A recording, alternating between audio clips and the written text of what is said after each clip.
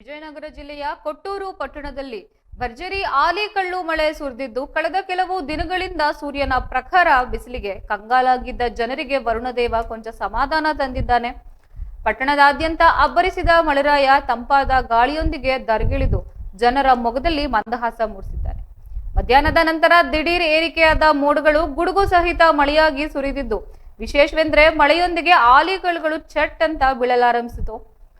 ಮಳೆಗಳ ಮಾಳಿಗೆಗಳ ಹಾಗೂ ತಗಡಿನ ಶೀಟ್ಗಳ ಮೇಲೆ ಆಲಿಕಲ್ಲು ಬಿದ್ದು ಸದ್ದು ಪಟ್ಟಣದಾದ್ಯಂತ ಕೇಳ್ಬರ್ತಾ ಇತ್ತು. ಬಿಸಿಲಿನ ಬೇಗೆಯಿಂದ ಕಂಗಾಲಾಗಿದ್ದ ಕೊಟ್ಟೂರು ಜನತೆಗೆ ಆಲಿಕಲ್ಲು ಮಳೆಯನ್ನ ಕಂಡು ಸಂಭ್ರಮಿಸಿದ್ರು. ಮಕ್ಕಳು ಮತ್ತು ಯುವಕರು ಮಳೆಯಲ್ಲಿ ನೆನೆತ ಕೆಳಗೆ ಬಿದ್ದಿದ್ದ ಆಲಿಕಲ್ಗಳನ್ನ ಆಯ್ದುಕೊಂಡು ಕುತೂಹಲದಿಂದ ಆಟವಾಡ್ತಿದ್ದ ದೃಶ್ಯಗಳು ಕಂಡು ಬಂದಿದ್ವು.